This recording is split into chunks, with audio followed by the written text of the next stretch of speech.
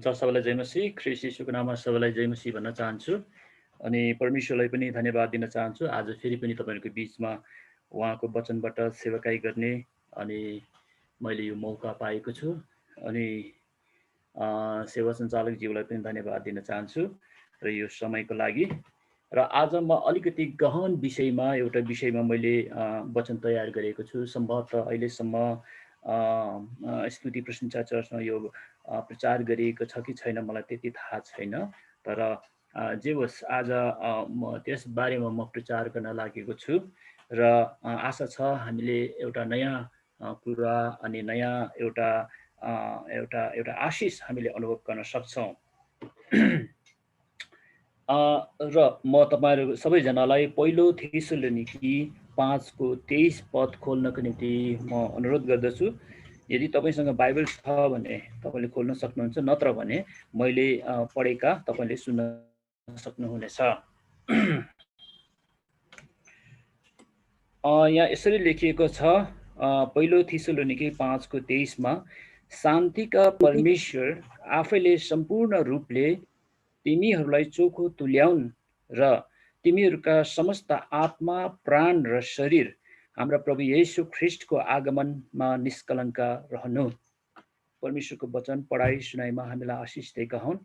र यहाँ विशेष गरिकन पावलले थेसलोनिकीका मण्डलीलाई यो पहिलो थेसलोनिकी 5:23 मा विशेष कुरा लेख्दछ र विशेष कुरा लेख्दछ यहाँनिर शान्तिका परमेश्वर आफैले सम्पूर्ण रूपले तिमीहरूलाई चोखो तुल्याउन् र तिनीहरूका समस्त आत्मा, प्राण र शरीर हाम्रो प्रभु येशू ख्रीष्टको आगमनमा निष्कलङ्क रहनु। अनि यहाँनिर विशेष 3 वटा कुराहरू छ, जस्तै आत्मा, प्राण, शरीर। सो बारेमा म तपाईहरुलाई केही कुराहरू बताउन लागेको छु। अनि हाम्रो जुन चाहिँ शरीर छ, हाम्रो शरीर चाहिँ यी 3 वटा कुराद्वारा बनिएको छ अनि परमेश्वरले बनाउनु भएको छ, आत्मा, प्राण र शरीर। र आत्मा, प्राण र शरीर जसरी हामीले पिता, पुत्र र पवित्र आत्मा भन्छौँ, त्रिएक परमेश्वर, र हामीले यहाँ आत्मा, प्राण र शरीर, मैले यहाँ यो भन्नु खोजेको होइन कि त्रिएक परमेश्वर र आत्मा, प्राण, शरीर दुईटा एउटै हो, यो छुट्टै हो। र परमेश्वर नै हुनुहुन्छ अनि हामी मानिस नै हौ। र मानिसमा यी 3 वटा तत्त्वहरू पाइन्छ, यी 3 वटा कुराहरू पाइन्छ, आत्मा, प्राण र शरीर। यो पदले मानिसको शरीरमा मैले भनिहालेँ, आत्मा, प्राण र शरीर, मानिसको शरीर चाहिँ, मानिसको भौतिक शरीर चाहिँ यी 3 वटा कुराद्वारा बनिएको हुन्छ।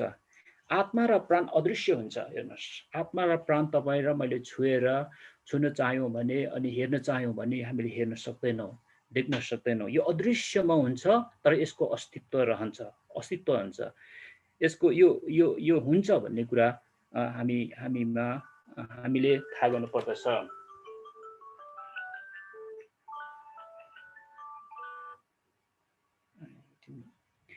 यो तीनवटा कुरा चाहिँ नि हाम्रो शरीरमा हुन्छ र आत्मा र प्राण चाहिँ अदृश्य रूपमा हुन्छ, हामीले कहिले पनि देख्न सक्दैनौँ आत्मा र प्राण। तर यो जुन चाहिँ शरीर छ, हामीसँग यो जुन चाहिँ शरीर छ, यो चाहिँ देख्न सक्छौँ, हामी एकअर्का हाम्रो आँखाले देख्न सक्छौँ। जुन चाहिँ हाम्रो यो आँखा छ, यो आँखाले चाहिँ आत्मा र प्राण चाहिँ हामीले देख्न सक्दैनौँ। र अब आत्मा, यो आत्मा जुन चाहिँ छ, स्पिरिट भन्छौँ हामी, आत्मालाई मानिसको भित्री अन्तर स्थानमा यो अदृश्य रूपमा रहेको हुन्छ, जसलाई कतिजनाले भित्री मनुष्यत्व पनि भनेर भन्छ, भित्री मनुष्यत्व हैन आत्मालाई। अनि प्राणलाई चाहिँ के भन्दो रहेछ भनेदेखिलाई, यो चाहिँ यो प्राण र आत्मा जुन चाहिँ छ अलिकति छुट्याउन गाह्रो जस्तो छ। तर धेरैले के भन्छन् भनेदेखिलाई प्राण चाहिँ के कुरामा चाहिँ प्राणमा चाहिँ के कुरा आउँछ भनेदेखिलाई, जस्तै हृदयको प्राणमा चाहिँ विशेष गरिकन भावनाका कुराहरू, कहिले हामी इमोसनल, कहिले हामी खुसी हुन्छौँ, कहिले हामी रुन्छौँ, कहिले हामी कराउँछौँ, यससँग सम्बन्धित छ। अनि कहिले हामी विभिन्न प्रकारको चाहना, इच्छाहरू गर्छौँ, यो पनि प्राणसँग सम्बन्धित छ। अनि यो कहिलेकाहीँ हामी कसैलाई प्रेम देखाउँछौँ, कसैलाई हामीले पनि आफूलाई प्रेमको चाहना गर्छौँ, र कुनै बेला हामी विभिन्न प्रकारको कुराहरू सोच्छौँ। यी सबै कुरा चाहिँ प्राणभित्र आउँदो रहेछ। मैले भनिहालेँ शरीर र शरीर भौतिक रूपमा हुन्छ र यो खास तौरले 5 वटा इन्द्रियहरूद्वारा बनिएको हुन्छ। यो जो कुरा तपाईँलाई मलाई थाहा छ। 5 वटा इन्द्रियहरू जो हुन्छ, जस्तै हाम्रो हेर्ने आँखा छ, 5 वटा इन्द्रियहरूमध्ये यो एउटा इन्द्रिय हो। हाम्रो कान छ, हामीले सुन्न सक्छौँ। अनि हाम्रो जिब्रो छ, हामीले स्वाद थाहा गर्न सक्छौँ। अनि हाम्रो नाक छ, हामीले सुँघ्न सक्छौँ। अनि हाम्रो हात छ, शरीर छ, हामीले कसैलाई स्पर्श गर्न सक्छौँ। र यी 5 वटा इन्द्रियद्वारा चाहिँ शरीर भौतिक शरीर बनिएको हुन्छ। र यो भौतिक शरीर चाहिँ परमेश्वरले भूमिको माटोबाट बनाउनु भएको उत्पत्ति 2 को 7 पदमा हामीलाई थाहा छ हैन। हामी विभिन्न हामीले हाम्रो संगतिमा विभिन्न समयमा हामीले यो कुराहरू सुनिराखेको छौँ। उत्पत्ति 2 को 7 मा तपाईले हेर्नुभयो भने भूमिको माटो परमेश्वरले टिप्नुभयो, लिनुभयो, त्यसलाई आकार दिनुभयो र त्यसबाट चाहिँ मानिसको शरीर, मानिसको आकार, मानिस हैन, पूर्ण मानिस हैन, एउटा आकार दिनुभयो, एउटा आकार डिजाइन गर्नुभयो। र आज म तपाईहरुलाई विशेष गरी आत्माको बारेमा म तपाईहरुलाई केही कुराहरू भन्न चाहन्छु। यो जुन चाहिँ शरीर र प्राण छ, सायद सम्भवतः हामी पछि कुरा गर्नेछौँ, तर आज चाहिँ म आत्माको बारेमा चाहिँ तपाईहरुको बीचमा कुराहरू राख्नेछु। जो शरीर जस्तै मैले अघि नै भनिहालेँ, आत्मालाई छुन र छाम्न सकिँदैन। यो अदृश्यमा छ, तपाईले मेरो नाङ्गो आँखाले हामी देख्न सक्दैनौँ। यो एकदमै हाम्रो शरीरमा निहित छ, हाम्रो शरीरमा रहेको हुन्छ, तर हामीले छुन र यसलाई हामीले छाम्न सक्दैनौँ। र तर व्यक्तिले यसको अस्तित्वलाई आफूसित रहेको सहजसँग थाहा पाउन सक्छ। मसँग आत्मा छ भनेर हामीले सहजसँग थाहा पाउन सक्छौँ। मानिसको आत्माले सदैव सत्यताको कायम गरिराख्छ। आत्माको एउटा सद्गुण भनौँ, मानिसकोमा भएको आत्माले जहिले पनि सत्य कुरालाई वकालत गरिराखेको हुन्छ। सत्य हुन्छ। यो आत्मा चाहिँ एकदमै सत्य हुन्छ। यसले सत्य बोल्छ, अरू झुटो कुरो बोल्दैन। एकदमै सत्य हुन्छ र सत्यताको कुरालाई नै यसले उजागर गरिराखेको हुन्छ। अनि यसले झुटो बोल्दैन अनि सत्यताको जहिले पनि वकालत गरिराखेको हुन्छ। उदाहरणको लागि जस्तै मैले कसैको खल्तीबाट मैले पैसा चोर्दैछु भने, निकाल्दैछु भने, मेरो आत्माले भन्छ तैँले ठिक गरिनस्, तैँले बेठिक गरिराखेको छस्, तैँले कसैको खल्तीबाट पैसा चोर्दैछस् भनेर चाहिँ आत्माले मलाई के गर्छ त, त्यो कुरो बताउँछ, तैँले गलत गरिराखेको छस्, यो गर्नु हुँदैन भनेर आत्माले चाहिँ भित्रीबाट चाहिँ त्यस प्रकारको कुरा चाहिँ मलाई गरिराखेको हुन्छ। अनि मैले कसैसित झुटो बोल्दैछु भने, एकदमै मेरो आफ्नो चाप्लुसी लगाएर, मेरो विभिन्न कुराहरू लगाएर मैले झुटो कुरा गर्दैछु भने, अनि आत्माले भन्छ तैँले बेठिकसँग त्यो व्यक्तिसँग कुरा गरिराखेको छस्, तैँले झुटो बोल्दैछस्, आफ्नो कुरा राख्नु खोजिराखेको छस्, तैँले ठिक गरेनस्, त्यो झुटो बोल्दैछस् भनेर भित्री आत्माले तपाईँ र मलाई त्यसरी भन्छ। यदि मैले अन्धकारको शक्तिसित रुमलेर गलत काम गर्दैछु भने पनि मेरो भित्री अन्तरतहमा रहेको आत्माले मलाई के भन्छ भनेदेखिलाई, तैँले गलत काम गर्दैछस्, तैँले अन्धकारको शक्तिसँग मिलेर, अन्धकारको त्यो तत्त्वहरूसँग मिलेर गलत काम गर्दैछस्, त्यो ठिक छैन, तेरो आफ्नो फाइदाको लागि तैँले गर्दैछस्, तर त्यो ठिक होइन भनेर त्यसरी चाहिँ भित्री आत्माले चाहिँ भनिराखेको हुन्छ। अनि मैले कुनै शैक्षिक जाँचमा प्रश्न उत्तरहरू चोर्दैछु भने सायद भित्री आत्माले मलाई भन्ने छ, तैँले यो चोरेर तैँले पास गर्न खोजिराखेको छस्, त्यो ठिक होइन, चोरेर पास गर्न खोजिराखेको छ। अब हुन त मैले स्कुल छोडेको त अब धेरै भइसक्यो, आजभन्दा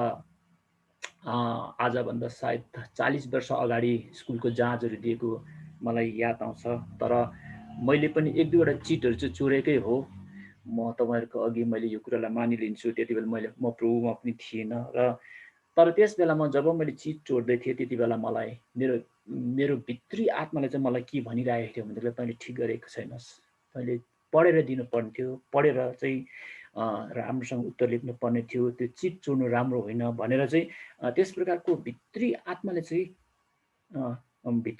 मलाई भचेको थियो। र यसरी घोच्छ, यदि कुनै मानिसलाई मैले छल्दैछु भने पनि मेरो भित्री आत्माले भन्छ कि तैँले चाहिँ यसरी त्यो मान्छेलाई चाहिँ छक्क्याएर अनि छल्दैछस्, यो कुरो राम्रो होइन भनेर भित्री आत्माले त्यसरी भनिराखेको हुन्छ।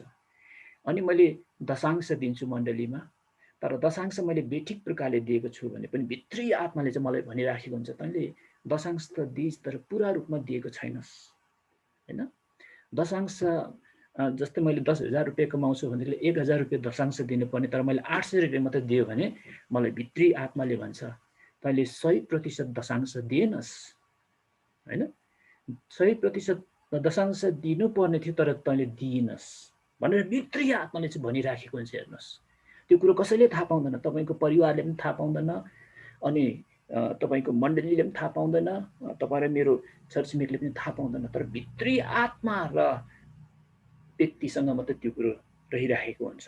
अनि भित्री आत्माले भन्छ तैँले 1000 रुपियाँ चढाउनु पर्ने थियो, 1000 रुपियाँ परमेश्वरको भवनमा लैजानु पर्ने थियो, तर 800 रुपियाँ 200 रुपियाँ खै त 200 रुपियाँ कता के गरिस्, 200 रुपियाँ त्यसमा प्लस गर्नुपर्छ भन्दै हामीले के गर्छौँ त 800 रुपियाँ नै झोलीमा लगाउँछौँ। अनि तर भित्री मनले चाहिँ तपाईँ र भित्री हृदयले भित्री आत्माले चाहिँ तपाईँ र मलाई चाहिँ त्यो कायल गरिराखेको हुन्छ। मैले पुरा दशांश 1000 रुपियाँ दिनुपर्ने हो तर मैले दिन सकिनँ। नराम्रो कामको गवाई मात्र होइन, भित्री आत्माले सत्य कामको पनि उहाँले वकालत गर्छ। सत्य कामको पनि, अथवा हामीले सत्य काम गरेको छौँ, राम्रो काम गरेका छौँ भने अनि हामीलाई त्यसको पनि भित्री आत्माले प्रशंसा पनि गर्छ। हेर्नुहोस्, यदि मैले कसैसित सत्य बोलेँ भने अनि मलाई भित्री आत्माले भन्छ तैँले सत्य बोलिस्, यद्यपि त्यो व्यक्तिले तँलाई पत्याएन तर तैँले जुन कुरो बोल्नुपर्ने थियो त्यो बोलिस्, सत्य नै बोलिस्, त्यसमा कुनै शङ्का छैन। त्यो व्यक्तिले पत्याएन, वरिपरि भएका मानिसले पत्याएन, तर तैँले चाहिँ बोलेको चाहिँ सत्य नै हो। यसरी सत्य बोलेको, सत्यको पक्षमा त्यो भित्री आत्मा लडिराखेको हुन्छ। अनि अर्को चाहिँ तैँले छली नगरिकन काम गरिस्, छल नगरिकन काम गरिस्। मान्छेले तँलाई विभिन्न प्रकारका आरोप प्रत्यारोपहरू लगाए, तैँले छल गरिस्, यस्तो गरिस्, उस्तो गरिस् भनेर भन्यो, तर तैँले चाहिँ 100% छल नगरिकन काम गरेकै हो भनेर भित्री आत्माले यसरी चाहिँ प्रशंसा अथवा प्रेरणा दिइराखेको हुन्छ। अनि तैँले बाटोमा पाएको मोबाइल त्यसको धनीलाई फर्काइस्, राम्रो काम गरिस्। कहिले कहिले हामीले बाटोमा हिँड्दाखेरि विभिन्न प्रकारका कुराहरू पाउँछौँ, अनि कतिचोटि हामीलाई के टेम्पटेसन हुन्छ भनेदेखिलाई आफैलाई राखौँ जस्तो लाग्छ, तर भित्री आत्माले हामीलाई त्यो गर्न दिँदैन, राख्न दिँदैन। तर यसको धनी जो हो त्यसैले नै दिनुपर्छ भन्ने चाहिँ भित्री आत्माले चाहिँ वकालत गरिराखेको हुन्छ, भित्री आत्माले जोड दिइराखेको हुन्छ। यदि हामीले दिन सक्यौँ भने तैँले धेरै राम्रो काम गरिस्। जुन व्यक्तिको मोबाइल हराएको थियो तैँले फर्काइदिइस्, त्यो मान्छेले फिर्ता गरेको एकदम राम्रो काम हो भनेर भित्रीबाट त्यो भित्री आत्माले तपाईँ मलाई स्याबासी दिइराखेको हुन्छ। अनि कुनै गरिबलाई हामीले सहायता गऱ्यौँ भने अनि भित्री आत्माले हामीलाई स्याबासी दिइराखेको हुन्छ।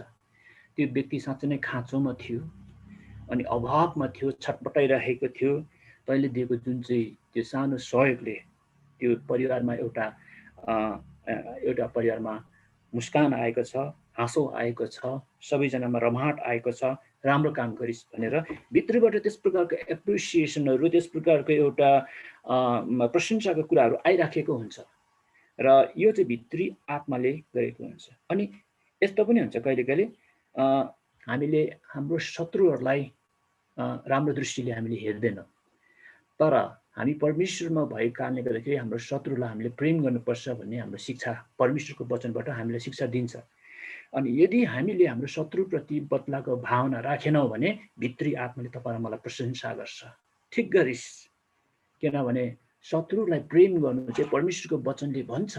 तैँले शत्रुलाई प्रेम गरिस्, शत्रुलाई बदला लिने तैँले इच्छा चाहना गरिनस्, एकदम राम्रो काम गरिस् भनेर यसरी चाहिँ भित्री आत्माले चाहिँ तपाईँ र मलाई चाहिँ उत्साह दिँदछ, प्रेरणा दिँदछ। र हाम्रो जीवनको हरेक क्रियाकलापमा आत्माले चासो राखेको हुन्छ। हेर्नुहोस्, तपाईँले जानेर या नजानेर, मैले जानेर या नजानेर भए पनि भित्री जो आत्मा छ, आत्माले चाहिँ हाम्रो प्रत्येक एक्टिभिटीको चाहिँ उहाँले चासो राखेको हुन्छ, चासो राखिराखेको हुन्छ। अनि हामीले प्रत्येक कुरो गर्दाखेरिको त्यसको मूल्याङ्कन पनि त्यसले गरिराखेको हुन्छ, अनि त्यसको फिडब्याक पनि त्यसले दिइराखेको हुन्छ। हेर्नुहोस्, र यदि तपाईँले आजसम्म यस्तो प्रकारको अनुभव गर्नुभएको छैन भने तपाईँले अनुभव गर्न सक्नुहुन्छ। कुनै एउटा गलत काम गरेको जस्तो अभिनय गर्नुहोस्, तपाईँको भित्री आत्माले भन्छ ठिक गरिनस्, गलत काम गर्दैछस्। अनि कुनै राम्रो काम गर्नको लागि तपाईँ अग्रसर हुनुहोस्, भित्री आत्माले तपाईँलाई प्रशंसा गर्नेछ, ठिक गरिस्, यसमा यो कुरामा अघि सर भनेर हामीलाई उत्साह दिँदछ। र यहाँसम्म आइपुग्यौँ हामी। आखिर हामी भएको आत्माले किन यसरी भन्छ हामीलाई? एउटा प्रश्न हेर्नुहोस्। आखिर हामीमा भएको आत्माले यसरी ठिक बेठिकको कुरा किन भनिरहेको छ हामीलाई? हाम्रो एक्टिभिटीमा यसले किन चासो दिइरहेको छ? हाम्रो एक्टिभिटीप्रति, हाम्रो दैनिक क्रियाकलापहरूप्रति यसले किन आफ्नो दृष्टि लगाइरहेको छ? यसले किन हामीलाई दृष्टिगत गरिरहेको छ? किन हामीलाई हेरिरहेको छ? अनि किन चाहिँ हामीलाई यसरी के अरे ठिक गरेको कामलाई ठिक भन्छ, बेठिक गरेको कामलाई बेठिक भन्छ? अनि किन चाहिँ यसले चाहिँ बेठिक गर्दा पनि ठिक गर्यो त्यसरी भन्दैन? किन चाहिँ यसले ठिक गर्दाखेरि बेठिक गर्यो भनेर भन्दैन, तर ठिक गर्दाखेरि ठिक भन्छ, बेठिक गर्दाखेरि बेठिक भन्छ? किन किन? यो एउटा प्रश्न होइन? हामी हरेकसित भएको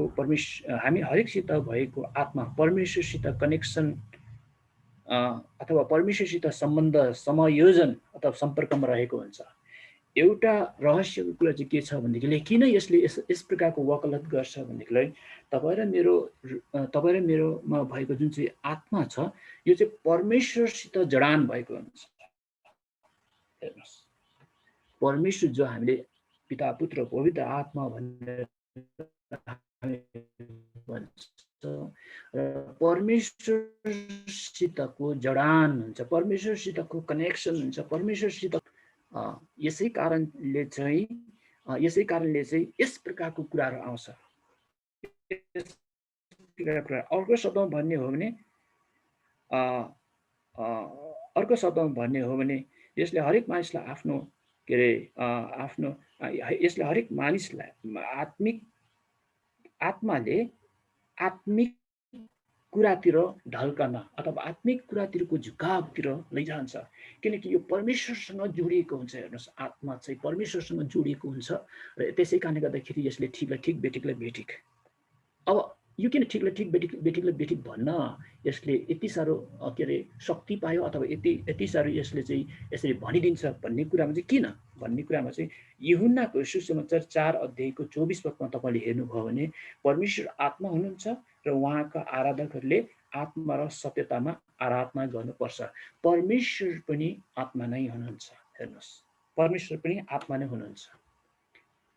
यसको अर्थ तपाईँ र मैले के बुझ्नुपर्छ भनेदेखिलाई परमेश्वरको कुनै रङ रूप छैन। हेर्नुहोस्, कतिजनाले परमेश्वर भन्ने बित्तिकै लामो दाढी भएको अथवा एकदमै मोटो व्यक्ति अथवा एउटा दाँतबाट दाराहरू निस्किएको यस्तोहरू सम्झन सक्छ। तर यूहन्नाको सुसमाचार 4 अध्यायको 24 पदले के भन्छ भनेदेखिलाई परमेश्वर आत्मा हुनुहुन्छ र उहाँका आराधकहरूले आत्मा र सत्यतामा आराधना गर्नुपर्छ। उहाँलाई आराधना गर्नुपर्छ, आत्मा र सत्यतामा आराधना गर्नुपर्छ। उहाँ आत्मा हुनुहुन्छ र यस कारणले गर्दाखेरि नै होला सायद हामीले मण्डली घरमा कुनै विशेष मूर्ति राखेर त्यसको अघि झुक्दैनौँ, अनि कुनै प्रतिमा राखेर त्यसको अघि हामी ढोक्दैनौँ, किनकि परमेश्वर आत्मा हुनुहुन्छ। अनि परमेश्वर आत्मा हुनुहुन्छ अनि यसै कारणले गर्दाखेरि उहाँलाई आत्मामा नै हामीले आत्माद्वारा नै हामीले उहाँलाई के गर्नुपर्छ त घोषित दिनुपर्छ अथवा आराधना गर्नुपर्छ। यदि परमेश्वर आत्मा हुनुहुन्छ भने के मानिसमा रहेको आत्मा परमेश्वर हुन् त? अब यो प्रश्न पनि आउँछ। हेर्नुहोस्, मैले तपाईँलाई हाम्रो शरीर 3वटा कुराद्वारा बनिएको हुन्छ भनेर भने, आत्मा, प्राण र शरीर। अब अहिले आएर मैले तपाईँलाई के कुरा गर्दैछु भने परमेश्वर आत्मा हुनुहुन्छ भनेर मैले तपाईँलाई भन्दैछु। हेर्नुहोस्, अब हामीमा पनि आत्मा छ, परमेश्वर पनि आत्मा छ भने के हामी भएको आत्मा चाहिँ परमेश्वर हुन् त? त्यसो हो भने किन आत्मा त फरक पर्दैन होइन? त्यस्तो खाले के हाम्रो आत्मा पनि परमेश्वर रहेछ अनि बाइबलमा लेखिअनुसार परमेश्वर आत्मा हुनुहुन्छ अनि हाम्रो आत्मा पनि हामीमा भएको पनि आत्मै हो भने आत्मा त एउटै हो भन्ने जस्तो हामीलाई लाग्छ। यो कुराहरू छुटाउन एकदमै जटिल छ। हेर्नुहोस्, तर हामी उत्पत्तिको 2:26 हामीले पढ्ने हो भने फेरि परमेश्वरले भन्नुभयो मानिसलाई आफ्नै स्वरूपमा हाम्रै प्रतिरूपमा बनाऊ, तिनीहरूले समुद्रका माछाहरू, आकाशका पन्छीहरू, पालिने पशुहरू र जमिनमा चलहल गर्ने सबै जन्तुहरूमाथि अधिकार गरून्। हेर्नुहोस्, परमेश्वरले जब मानिसलाई बनाउनु भयो त्यस बेला परमेश्वर स्वयं नै होइन तर परमेश्वरको स्वरूप, हेर्नुहोस्, इमेज, परमेश्वरको स्वरूप र परमेश्वरको प्रतिरूप, परमेश्वरको लाइकनेस, परमेश्वरको स्वरूप र परमेश्वरको प्रतिरूप। अब स्वरूप र प्रतिरूपलाई हामीले एउटा सजिलो भाषामा चिन्यो भने चित्र अथवा छाया जस्तो। परमेश्वर नै 100% नै हामी जस्तै बनाउन त ए टु जेड भन्ने त्यस्तो प्रकारले कुरा गर्नु भएन, तर हाम्रै स्वरूपमा, हाम्रो जुन चाहिँ स्वरूप छ त्यसमा अनि हाम्रै प्रतिरूपमा भनेको चाहिँ हामी जस्तै के अरे चित्र जुन चाहिँ हाम्रो जुन चाहिँ चित्र छ त्यस्तै नै बनाउन भन्ने कुरा गर्नुभयो। यसको अर्थ 100% हामीमा परमेश्वरको आत्मा, परमेश्वर हामीभित्र भएको परमेश्वर होइन, त्यो चाहिँ हामीभित्र रहेको आत्मा हो, व्यक्तिको आत्मा हो। र यस कारणले गर्दाखेरि परमेश्वर आत्मा छुट्टै हुनुहुन्छ र हामी भएको आत्मा छुट्टैको भन्ने कुरो यहाँबाट अर्थ लाग्छ। जब परमेश्वरले मानिसको डिजाइन गर्नुभयो, मान्छे बनाउने उहाँले के अरे प्लान गर्नुभयो, योजना गर्नुभयो, त्यति बेला चाहिँ परमेश्वरले के भन्नुभयो भनेदेखिलाई हाम्रै प्रतिरूपमा, हाम्रै स्वरूपमा, आफ्नै स्वरूपमा र हाम्रै प्रतिरूपमा बनाऊ। हामी जस्तै ए टु जेड बनाऊ होइन, तर हाम्रै स्वरूपमा, हाम्रै प्रतिरूपमा बनाऊ, हाम्रो नक्कल गरौँ, एउटा चित्र जस्तो, एउटा डमी जस्तो होइन। तपाईँले बजारमा कपडाहरू त्यो लगाइराखेको डमीहरू देख्नुहुन्छ त्यस्तै नै, तर त्यसमा चाहिँ खास पुरै त्यसले बोल्नु सक्दैन, हेर्नु सक्दैन। अनि परमेश्वरले उनीहरूलाई आशिष पनि दिनुभएको छ। यस पद अनुसार हामीसित भएको आत्मा परमेश्वर नै होइन तर उहाँको स्वरूप मात्र हो, उहाँको प्रतिरूप मात्र हो भन्ने चाहिँ अर्थ लाग्छ। मानिसमा परमेश्वरको आत्मा र स्वरूप भएको कारण हाम्रो अन्तर स्थानमा भएको आत्माले सत्य बोल्दछ, यसले ढाँट्दैन, किनकि परमेश्वरले ढाँट्नुहुन्न। अब अघि मैले तपाईँलाई भन्दै थिएँ नि, किन चाहिँ यो भित्री आत्माले ढाँट्दैन, सदैव यसले चाहिँ सत्यताको वकालत गर्छ भनेर मैले तपाईँलाई भनेको थिएँ। त्यसको कारण चाहिँ यहाँ अहिले हामी आएर थाहा गर्न पायौँ कि उत्पत्तिको 2 अध्यायको 6 पदमा परमेश्वरले तपाईँलाई मलाई बनाउँदाखेरि उहाँको प्रतिरूपमा, उहाँको स्वरूपमा बनाउनु भएको कारणले गर्दाखेरि चाहिँ उहाँको आत्माको, उहाँ परमेश्वरको एउटा स्वरूप र प्रतिरूप हाम्रो हृदयमा भएको कारणले गर्दाखेरि असत्य कुराले त्यसलाई चाहिँ के गर्छ त, इन्कार गर्छ, असत्य कुरालाई चाहिँ घृणा गर्छ। यदि त्यो पनि सलिड रूपमा हाम्रै मासुबाट बनेको हो भने सायद त्यस्तो हुँदैन थियो होला। परमेश्वरको स्वरूप, परमेश्वरको प्रतिरूप चाहिँ तपाईँ र मेरो आत्मासँग छ, मसँग छ। र त्यसै कारणले गर्दाखेरि चाहिँ हामीले बेठिक गर्दा बेठिक भन्छ, ठिक गर्दा ठिक भन्छ। र यस कारणले गर्दाखेरि यहाँ आएर हामीले थाहा पायौँ र हामी सबैजना केमा यो कुरामा सचेत हुनु पर्यो भनेदेखिलाई हामीसँग परमेश्वरको स्वरूपको प्रतिरूप छ, परमेश्वरको स्वरूप र प्रतिरूप छ। यसै कारणले गर्दाखेरि सत्यलाई सत्य, असत्यलाई असत्य भन्छ भन्ने कुरा चाहिँ हामीले थाहा पायौँ। गन्ती 13:19 यसरी लेखिएको छ, परमेश्वर ढाँट्नुहुन्न कारण उहाँ मानिस हुनुहुन्न। हेर्नुहोस्, गन्ती 13:19 पदले के भन्छ भनेदेखिलाई परमेश्वर ढाँट्नुहुन्न, परमेश्वर ढाँट्नुहुन्न। ढाँट्ने यो जुन चाहिँ छल्ने यो परमेश्वरसँगको डिक्सनरीमा छैन, परमेश्वरसित छैन यो चाहिँ। हेर्नुहोस्, र परमेश्वर ढाँट्नुहुन्न कारण उहाँ मानिस हुनुहुन्न, उहाँले मन बदल्नुहुन्न, हामी जस्तो घरिघरि मन यताउति बदल्ने पनि हुनुहुन्न, कारण उहाँ मान्छेको सन्तान हुनुहुन्न। उहाँले भन्नुभएको छ कि त्यो गर्नुहुन्न र उहाँले भन्नुभएपछि त्यो के गर्नुहुन्न र गर्नुहुन्छ, किनकि परमेश्वरले जब भन्नुहुन्छ त्यो गर्नुहुन्छ। अथवा उहाँले प्रतिज्ञा गर्नुभएपछि के त्यो पुरा गर्नुहुन्न र त्यो पनि पुरा गर्नुहुन्छ। र तीतस 1:2 पदमा पनि यसरी लेखिएको छ, जुन विश्वास र ज्ञान अनन्त जीवनको आशामा स्थिर छ अनि कहिले झुट नबोल्नु हुने परमेश्वरले अनन्त कालदेखि प्रतिज्ञा गर्नुभयो। हेर्नुहोस्, कहिले झुट नबोल्नु हुने परमेश्वरको स्वरूप र प्रतिरूप तपाईँ र मेरो आत्मासँग भएको कारणले गर्दाखेरि असत्यलाई इन्कार गर्छ, सत्यलाई स्वीकार गर्छ। जसरी मैले अघि नै तपाईँलाई एउटा उदाहरण दिएँ, मैले कसैको खल्तीबाट पैसा निकाल्दैछु भने अब मेरो आत्माले, जुन आत्मासँग चाहिँ परमेश्वरको स्वरूप र प्रतिरूप छ, उसले चाहिँ के गर्छ, त्यो कुरालाई विरोध गर्छ। चोर्नु ठिक होइन, ढाँट्नु ठिक होइन, कसैलाई हत्या गर्नु ठिक होइन, अनि त्यो बेठिक काम हो। कसैले मूर्ख तुल्याउनु ठिक होइन, कसैलाई छल्नु ठिक होइन, कसैलाई विभिन्न प्रकारको कुराहरू सोच्नु ठिक होइन, कसैले सहायता गर्नु ठिक हो। यस्तो प्रकारले चाहिँ वकालत गरिराखेको हुन्छ, किनकि यो चाहिँ परमेश्वरको आत्मा तपाईँ र मसँग भएको कारणले गर्दाखेरि। परमेश्वरको आत्मा भन्नाले पनि परमेश्वरको स्वरूपको, परमेश्वरको आत्माको स्वरूप र प्रतिरूप तपाईँसँग म तपाईँ र मसँग भएको कारणले गर्दाखेरि। अब म तपाईँलाई अर्को बुँदामा लैजान्छु। मानिस मरे तापनि मानिसमा भएको आत्मा मर्दैन। हेर्नुहोस्, मानिस हाम्रो हाम्रो शरीर, हामीले यो कुरा गत केही दिनबाट गरिराखेका छौँ। मानिसलाई परमेश्वरले यो संसारमा एउटा विशेष समय र दिनको निम्ति राख्नुभएको छ र त्यो सकिएपछि परमेश्वरले आफ्नो घरमा बोलाउनुहुन्छ। कोही पनि यहाँ अजम्बरी छैन, कोही पनि यहाँनिर 150 वर्ष, 200 वर्ष, 300 वर्ष, 1000 वर्ष कोही पनि बाँच्न सक्दैन। एक न एक दिन यो संसारलाई छोड्नै पर्छ। यो संसार एउटा टेम्पोररी छ, यो अस्थायी रूपमा छ भन्ने कुराहरू हामीले गरिराखेका छौँ। र अब मान्छे मरेपछि, मान्छेले अब सास फेर्नु रोकेपछि के हुन्छ त उसको आत्मा, उसमा भएको आत्मा, अघि हामीले आत्माको कुरा गर्दैछौँ, उसमा भएको आत्मा के हुन्छ त, अथवा के हुन्छ भन्ने कुरामा यदि हामी भएको आत्मा परमेश्वरको स्वरूप र प्रतिरूप हो भने त्यो कहिले पनि मर्दैन। हेर्नुहोस्, परमेश्वर चाहिँ अजम्बरी र अनन्त हुनुहुन्छ, त्यो कुरा तपाईँलाई मलाई थाहा छ। परमेश्वर कहिले मर्नुहुन्न, परमेश्वर जहिले पनि हुनुहुन्छ। परमेश्वर यो संसार बनिनुभन्दा पहिल्यैबाट हुनुहुन्थ्यो र परमेश्वर यो संसारलाई, जब यो संसार सकिन्छ, यो संसारको अन्त्य हुन्छ, त्यसपछि परमेश्वर रहिरहनु हुनेछ। परमेश्वर चाहिँ सर्वत्र, उहाँ चाहिँ जहिले पनि अनन्त रहिरहनु हुनेछ। तर यहाँनिर परमेश्वरको स्वरूप र प्रतिरूप हाम्रो आत्मासँग भएको कारणले गर्दाखेरि हाम्रो आत्मा पनि मर्दैन भन्ने अर्थ लाग्छ, किनकि परमेश्वर अनन्त हुनुहुन्छ। मत्ती 10:28 यसरी लेखिएको छ, तिनीहरूसँग नडराओ जसले शरीरलाई मार्छन् तर आत्मालाई मार्न सक्दैनन्, बरु आत्मा र शरीर दुवैलाई नरकमा नाश गर्न सक्नेसँग डराओ। होइन, डराओ। आत्मालाई मानिसलाई हत्या गर्न सक्छन्, मार्न सक्छन्, तर आत्मालाई मार्न सक्दैन।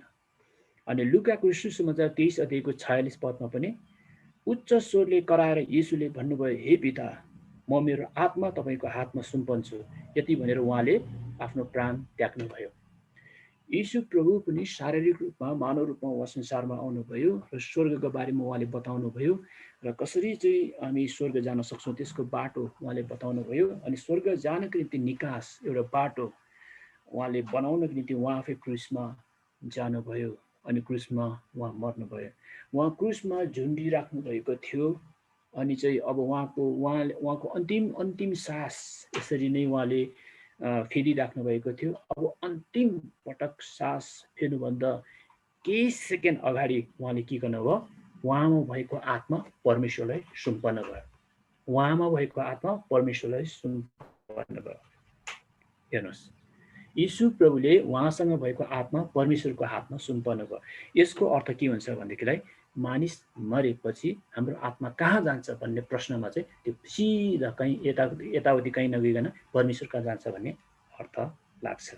हेर्नुहोस्, यदि प्रभु यीशु ख्रीष्टको आत्मा परमेश्वरलाई सुम्पन्न भयो भने अनि जतिजना मानिसहरूले प्राण त्याग्छन्, मर्छन्, उनीहरूको आत्मा पनि परमेश्वर कहाँ जान्छन्। उपदेशक 12:7 यसरी भन्छ, जमिनबाट आएको धुलो जमिनमै फर्कन अघि तथा आत्मा दिनुहुने परमेश्वर कहाँ आत्मा जान अघि उहाँको सम्झना गर। यहाँ हेर्नुहोस्, परमेश्वर कहाँ आत्मा जान अघि उहाँको सम्झना गर। हेर्नुहोस्, र जो कोहीको पनि आत्मा परमेश्वर कहाँ जान्छ भन्ने यो पदहरूले हामीलाई जोड दिइराखेको छ।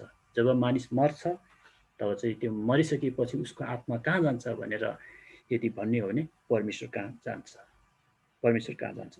यस पदले पनि मानिस मर्न साथै उसित भएको आत्मा चाहिँ परमेश्वर कहाँ फर्केर जान्छ भनेर हामीलाई जानकारी दिएको छ। यसको अर्थ यो पनि हुनसक्छ कि आत्मा कहिले पनि मर्दैन। मानिसको शरीर मरेर गयो, त्यो सकिएर जान्छ, माटोमा बिलिएर जान्छ, तर आत्मा चाहिँ कहिले पनि मर्दैन। चाहे मानिसलाई नदीले, खोलाले बगाएर मारोस्। हेर्नुहोस्, नदीले खोला बढेर आएर, नदी बढेर आएर बगाएर लग्यो, मरोस्, तर आत्मा चाहिँ निश्वास कहिले पनि मर्दैन। हेर्नुहोस्, शरीर मर्छ तर आत्मा चाहिँ जीवित हुन्छ। ऊ नदीमा बग्दा बग्दै मरे तापनि उसको आत्मा चाहिँ कहाँ जान्छ त? परमेश्वर कहाँ जान्छ भन्ने। अनि मानिस मरेको उसको पार्थिव शरीरलाई जमिनमा 100 फिट अथवा 1000 फिट तल गाडिए तापनि उसको आत्मा गाडिँदैन। हेर्नुहोस्, उसको पार्थिव शरीर अथवा एउटा शरीर चाहिँ उसको गाडिन्छ, जमिनभित्रसम्म गाडिन्छ, तर उसको आत्मा चाहिँ गाडिँदैन। अनि मानिसको मृतक शरीरलाई आगोमा जलाए तापनि उसको आत्मा भस्म हुँदैन। हेर्नुहोस्, भस्म हुँदैन। अनि तर मानिसको प्राण जान साथ उसको आत्मा शरीरबाट अलगिएर परमेश्वर कहाँ पुग्दछ। जब मानिसले आफ्नो प्राण त्याग्छ, सास फेर्नु छोड्छ, शरीर एउटा निर्जीव वस्तु जस्तो हुन्छ, तब त्यो जुन चाहिँ घडीमा, त्यो क्षणमा एकदमै त्यो सायद मलाई लाग्छ आँखाको निमेषमा उसमा भएको आत्मा परमेश्वर कहाँ जान्छ। याकुब 2:26 यसरी भनेको छ, जसरी शरीर आत्मादेखि अलग हुँदा मरेको हुन्छ। हेर्नुहोस्, मैले तपाईँलाई भन्दै थिएँ, जब मानिसको शरीरबाट आत्मा अलग हुन्छ तब मानिस मर्छ भन्ने यहाँ चाहिँ त्यो कुरो भन्न खोजेको छ। जसरी शरीर आत्मादेखि अलग हुँदा मरेको हुन्छ, त्यसै गरी विश्वास पनि कामहरूदेखि अलग हुँदा मरेको हुन्छ। यो जुन चाहिँ जब मानिस मर्छ नि र शरीरबाट, मानिसको त्यो पार्थिव शरीरबाट चाहिँ आत्मा छुट्टिएर जान्छ। यो पद अनुसार मृतक शरीरमा आत्मा रहँदैन भन्ने अर्थ लाग्छ। दोस्रो कुरो, विशेष परिस्थितिको कारण हैन, विशेष परिस्थितिको कारण मानिसले विभिन्न प्रकारको यो अन्तिम अन्त्येष्टि अनि त्यो गरिन्छ। अनि अस्ति हामीले पनि हाम्रो मण्डलीको गुरुबालाई हामीले विभिन्न यो विशेष परिस्थितिको कारणले, विशेष समस्याको कारणले गर्दाखेरि हामीले आगोमा लगाउनु पर्यो हैन। हाम्रो मनमा यद्यपि उहाँलाई एउटा के अरे श्रद्धापूर्वक भावपूर्वक उहाँलाई जमिनमा दफन गर्नुपर्छ भने इच्छा चाहना, उत्कट इच्छा चाहना हुँदा हुँदै पनि परिस्थिति त्यस्तो आयो हैन, परिस्थिति त्यस्तो आयो, उहाँलाई चाहिँ आगोमा लगाउनु पर्यो। अनि उहाँ मात्रै होइन, तर हाम्रो ज्ञानेश्वर चर्चको पास्टर आदरणीय पास्टर रोबर्ट काथक, उहाँको छोरो पास्टर सामुल काथक ज्यूलाई पनि, उहाँलाई पनि आगोमा लगाएर जलाइयो अनि अन्त्येष्टि गरियो, अन्तिम उहाँहरूको बिदाई गरियो। त्यसरी अनि हाम्रो गुरुबालाई पनि त्यसरी नै गरियो। अनि कतिको मनमा यो पनि हुनसक्छ कि गुरुबालाई दफन गर्नुपर्ने थियो, के अरे यो कतिजनाले त्यसरी नै भन्छ, दफन गर्नुको राम्रो हो भनेर भन्छ, दफन गर्न पाएन। अनि सायद कतिजना यस कुरामा अन्यलमा हुन्छ होला। तर आजको वचनबाट हामीले के सिक्न सक्छौँ भनेदेखिलाई, शरीर त माटोमा मिलेर जान्छ। हेर्नुहोस्, चाहे त्यो जलाओस्, चाहे त्यो पानीमा बगाओस्, चाहे त्यो जमिनमा गाडोस्, त्यो माटोमा मिलेर जान्छ। तर जुन चाहिँ आत्मा छ, मुख्य कुरो छ, जो चाहिँ स्वर्गमा सदा सर्वदा रहनुपर्छ, त्यो चाहिँ परमेश्वर कहाँ पुगिसकेको छ। र गुरुबाको हकमा, गुरुबाको बारेमा, गुरुबाको कुरा गर्दाखेरि अब हामीलाई कुनै चिन्ता फिक्री छैन उहाँको आत्मा यताउति भयो भनेर। उहाँको आत्मा सोझै परमेश्वर कहाँ पुगेको छ। किनकि मैले यही वचन अध्ययन गरेँ कि त्यसो भन्दा आगोमा लगाइयो, हामीले दहन गर्न पाएनौँ, के माटोमा हामीले गाड्न पाएनौँ, के हुन्छ त भनेर यो वचन अध्ययन गर्दाखेरि मैले यो पाएँ। र म एक प्रकारले हो भने सन्तुष्टि छु कि गुरुबालाई एउटा हामीले जमिनमा गाड्न नपाए पनि उहाँलाई परिस्थिति कारणवश उहाँलाई आगोमा लगाइयो, तर उहाँको आत्मा चाहिँ 100% परमेश्वर कहाँ सेफ छ। अनि 100% सेफ छ। अनि हामीलाई यो पनि थाहा छ कि हामीले अस्ति पनि सुनिराखेको थियौँ, पहिलो कोरिन्थी 15:50 अब भाइयो तिमीहरूलाई म यो भन्दछु, मासु र रगत स्वर्गको राज्यको हकदार हुन सक्दैन, न त विनाश अविनाशको हकदार हुन सक्छ। वास्तवमा यो जुन चाहिँ मासु र शरीर अथवा मृतक शरीर छ, पार्थिव शरीर चाहिँ यो स्वर्ग जाने होइन। हेर्नुहोस्, तर यसभित्र भएको जुन आत्माको बारेमा मैले तपाईँलाई कुरा गरेँ त्यो चाहिँ जाने। र यस कारणले गर्दाखेरि त्यो त एक प्रकारले भने खोल जस्तो मात्र र भित्री अन्तरतामा भएको जुन चाहिँ कुरा छ, आत्मा छ, त्यो मात्रै जाने। त्यो चाहिँ त्यो जब मान्छेले सास फेर्न छोड्छ तब त्यति बेला नै गइसकेको हुन्छ भन्ने कुराहरू अघि हामीले हेर्दै थियौँ। र यस कारणले गर्दाखेरि तपाईँहरू कतिजनालाई कन्फ्युजनमा होला भनेर मैले यो कुरा स्टडी गरेँ। म आफै पनि अलिकति कन्फ्युजनमा थिएँ, अलिकति नरमाइलो लागिराखेको थियो आगोमा लगाउँदाखेरि। तर यी सबै वचनहरू अध्ययन गर्दै आउँदाखेरि मलाई अहिले चाहिँ मलाई के सन्तुष्ट छ भने परमेश्वरले गुरुबाको आत्मालाई सेफमा राख्नुभएको छ, सुरक्षित राख्नुभएको छ। उहाँको आत्मालाई परमेश्वरले अघि नै जगेर्ना गर्नुभएको छ, सुरक्षित साथ राख्नुभएको छ। र यस कारणले गर्दाखेरि यदि तपाईँहरूमध्ये कोही पनि यस्तो चिन्ता फिक्री लिइराख्नु भएको छ भने खास तौरले सबिनालाई हुनसक्छ अथवा येवललाई हुनसक्छ अथवा हाम्रो नोयललाई पनि हुनसक्छ, अनि हाम्रो निर्मल दाजुहरूलाई अथवा शाखा सन्तानहरूलाई हुनसक्छ, अनि हामी मण्डलीका सबै विश्वासीहरूमध्ये कुनै कुनालाई यस्ता कुराले पिरोलिरहेको हुनसक्छ, पीडामा हामी हुनसक्छौँ। तर आजको वचनलाई तपाईँलाई मलाई के उत्साह दिएको छ भनेदेखिलाई उहाँको आत्मा परमेश्वरमा सुरक्षित छ। अघि मैले कतिवटा उदाहरणको रूपमा, एउटा प्रमाणको रूपमा बाइबल धर्मशास्त्र पनि पढेर सुनाएँ। र अब मानिसको आत्मा किन परमेश्वर कहाँ फर्केर जान्छ, अर्को प्रश्नको उत्तर नि म तपाईँलाई दिन चाहन्छु।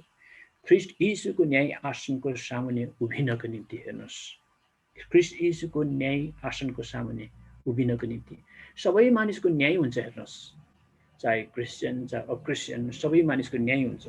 दोस्रो कोरिन्थी 5:10 यसरी लेखेको छ, किनकि हामी सबै ख्रिस्टका न्याय आसनको सामुन्ने खडा हुनुपर्छ। यसरी शरीरमा हुँदा आफूले गरे बमोजिम हरेकले असल र खराब प्रतिफल पाउनेछ। हेर्नुहोस्, यहाँ स्पष्टसँग लेखिएको छ कि हामी सबैजना ख्रिस्ट यीशुको न्याय आसनको अगाडि उभिनुपर्छ। हेर्नुहोस्, अनि त्यस कारणले पनि त्यो आत्मा चाहिँ परमेश्वर कहाँ जान्छ र परमेश्वर कहाँ जान्छ। अनि यो मैले तपाईँलाई क्रिस्चियनहरूको आत्मा मात्रै परमेश्वर कहाँ जान्छ भन्ने होइन, तर अक्रिस्चियनहरूको आत्मा पनि परमेश्वर कहाँ जान्छ। अनि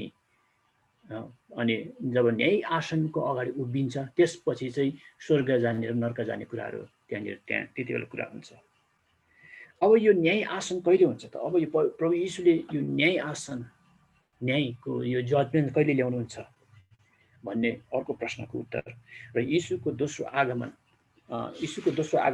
हामी सबैजनाले विश्वास गर्छौँ। उहाँको दोस्रो आगमन हुनेछ। उहाँको दोस्रो आगमन भएपछि चाहिँ उहाँले त्यो न्याय गर्नुहुनेछ। अहिले चाहिँ अनुग्रहको पिरियड छ। अहिले चाहिँ क्रिस्चियनहरू पनि प्रभुमा आओस्, अनि क्रिस्चियनहरू पनि एउटा राम्रो जीवन बिताओस्, परमेश्वरले चाहनुभएको जस्तो जीवन बिताओस्, विश्वासको जीवन बिताओस्, गवाईको जीवन बिताओस्, सुसमाचारी जीवन बिताओस्, एउटा निष्कलङ्क अनि स्वार्थरहित जीवन बिताओस्, कसैलाई मनमुटाएको कुराहरू होइन, एकदमै स्वतन्त्र हृदय भएर एउटाले अर्कोलाई स्वीकार गरेर जीवन बिताओस् भन्ने एउटा अनुग्रहको समय छ। हेर्नुहोस्, यो अनुग्रहको समयमा कसैलाई जेल हाल्ने, कसैलाई कस्टडीमा लगाउने त्यस्तो कुराहरू प्रभुले गर्नुहुन्न। त्यो अहिले चाहिँ तपाईँको त्यो के अरे पनिसमेन्टको कुरा, सजायको कुरा उहाँले गर्नै भएको छैन। अहिले चाहिँ आओ आओ आओ आओ समय छ, आओ आओ भनेर परमेश्वरले भनिराख्नु भएको छ। र यस समयमा जो प्रभुमा सुतेका छन् उनीहरू पनि परमेश्वरमा सुरक्षित छन्, परमेश्वरमा सुरक्षित छन्। हेर्नुहोस्, म तपाईँलाई दुईवटा खण्डहरू पढ्नेछु, त्यसपछि केही कुरो भनेर अन्त्य गर्नेछु। र तपाईँले मसँग निकाल्न सक्नुहुन्छ यूहन्नाको सुसमाचार 5:26-29 पदमा यसरी लेखिएको छ। यूहन्नाको सुसमाचार 5:26-29 पदसम्म यसरी लेखिएको छ, किनभने जसरी पिता आफैमा जीवन छ उसरी नै उहाँले पुत्रलाई पनि आफैमा जीवनको स्रोत हुने अधिकार दिनुभएको छ, अनि उसलाई न्यायको फैसला दिने अधिकार दिनुभएको छ। भनेको चाहिँ यीशु प्रभुलाई न्यायको फैसला गर्ने अधिकार दिनुभएको छ, किनभने ऊ मानिसको पुत्र हो। यसमा अचम्म नमान, किनभने समय आइरहेछ जब चिहानमा हुनेहरू सबैले स्वर सुन्नेछन्। जब प्रभु येशूले न्याय गर्नुहुनेछ, जतिजना सुति गएका छन् तिनीहरूले त्यो आवाज सुन्नेछ। अब प्रभुले न्यायको फैसला गर्दै हुनुहुन्छ। अब न्याय आसनमा उहाँ बस्दै हुनुहुन्छ भन्ने कुरो चाहिँ जतिजना प्रभुमा सुतेका छन् त्यो कुरो उनीहरूले पनि सुन्नेछन्। र हेर्नुहोस्, सुनेर के गर्छ, बाहिर निस्कि आउनेछन् र सुकर्म गर्नेहरूको जीवन पुनरुत्थानको निम्ति र कुकर्म गर्नेहरू चाहिँ दण्डको पुनरुत्थान को निम्ति हेर्नुहोस् सुकर्म गर्नेहरू जसले प्रभु येशू ख्रीष्टलाई ग्रहण गरेका छन् उनीहरूलाई पुनरुत्थानको निम्ति अथवा एउटा नयाँ जीवनको निम्ति एउटा नयाँ उनलाई नयाँ जीवनको अध्यायको निम्ति एउटा अनन्त जीवनको निम्ति तर कुकर्म गर्नेहरू चाहिँ दण्डका आगे जसलाई हामी नरक भन्छ र त्यो कुरो उहाँले गर्नुहुन्छ। र अर्को पद पनि म तपाईँलाई पढ्न चाहन्छु त्यो चाहिँ हो के अरे पहिलो थिसलोनिकीको पत्र 4 अध्यायको 16देखि 17 पद। पहिलो थिसलोनिकी 4 अध्यायको 16-17 पदमा यसरी लेखिएको छ, म पढेर सुनाउँछु। किनकि प्रभु स्वयं हुकुमको गर्जनसित प्रधान स्वर्गदूतको आवाज र परमेश्वरका तुरहीको स्वरसित स्वर्गबाट ओर्लन हुनेछ र ख्रिस्टमा मरेकाहरू चाहिँ पहिल्यै बौरी उठ्नेछन्। हेर्नुहोस् कति राम्रो कुरा यहाँनिर लेखिएका छन्। र जतिजना त्यति बेला जीवित रहेका हुन्छन् संसारमा हुन्छ तिनीहरूभन्दा अगाडि चाहिँ जो सुति गएका छन् प्रभुमा अथवा जसले प्रभुमा विश्राम लिएका छन् अथवा स्वर्गीय घरमा फिर्ती भएका छन् उनीहरू चाहिँ अघिल्लो पङ्क्तिमा उभिनेछन्। उनीहरू चाहिँ पहिला उठ्नेछन्। उनीहरूको आत्मा चाहिँ पहिला प्रभुको अघि उपस्थित हुनेछन् हैन, उपस्थित हुनेछन्। प्रभुको वचनद्वारा 16-17 पद उठ्नेछन्। तब हामी बाँचेका र छोडेकाहरूलाई प्रभुलाई आकाशमा भेट्न तिनीहरूका साथै बादलमा उठाइ लगिनेछौँ र यसरी हामी सधैँ प्रभुमा रहनेछौँ। हेर्नुहोस् कति राम्रो कुरा लेखेको छ यहाँनिर। र जो प्रभुमा सुति गएका छन् उनीहरू चाहिँ प्रभुले उठाउनु हुनेछ। अनि जो जतिजना त्यति बेला बाँचेका हुनेछन् त्यति बेला प्रभुले बादलमा उहाँका पछि पछ्याउने व्यक्तिहरू अनि उहाँका चेलाहरूलाई चाहिँ फेरि बादलमा बोलाउनु हुनेछ। अनि बादलमा उहाँले चाहिँ ती पहिला सुतेकाहरू अनि अहिले जीवित भएकाहरूलाई सँगसँगै नै स्वर्ग लैजानुहुनेछ र अन्तमा यसो लेखेको छ सधैँ प्रभुसँग रहनेछौँ, अनन्त अनन्त जीवनसम्म रहनेछ। अब एउटा प्रश्न पनि आउँछ, त्यसो त मरेको मान्छेहरू अहिले कहाँ बसिरहेको छ त, मरेको मान्छेको आत्मा कहाँ बसिरहेको छ भनेर कतिजनाले प्रश्न पनि गर्न सक्छ। अनि यो चाहिँ परमेश्वरले नै सुरक्षित राख्नु भएको छ।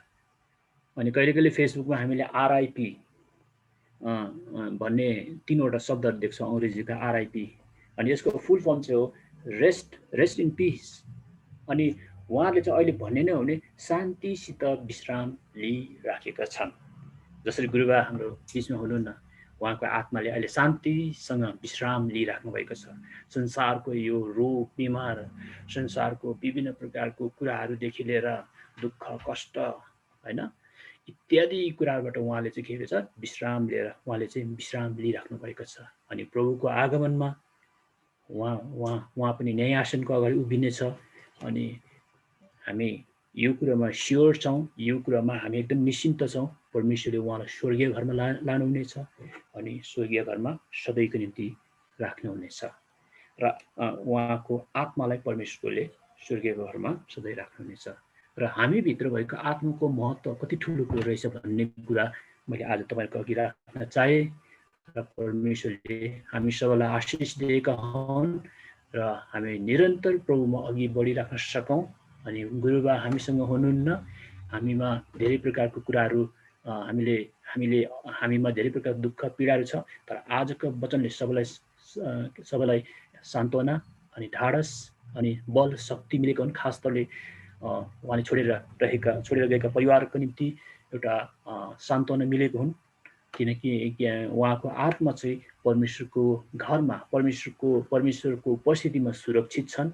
अनि जब प्रभु येशू ख्रीष्टले जब आफ्नो न्याय आसनमा उहाँ बस्नुहुनेछ त्यति बेला हामी पनि उहाँको अघि हुनेछौँ र हामीले त्यति बेला उहाँलाई भेट्नेछौँ अनि हामी सँगसँगै स्वर्ग जानेछौँ अनि स्वर्ग घरमा सधैँ रहनेछौँ। हुन्छ, परमेश्वरले सबैलाई आशिष दिएको हुन्। र फेरि रहेको भाग सेवाको भाग म हाम्रो राजकुमार भाइलाई दिन चाहन्छु। जय मसीह।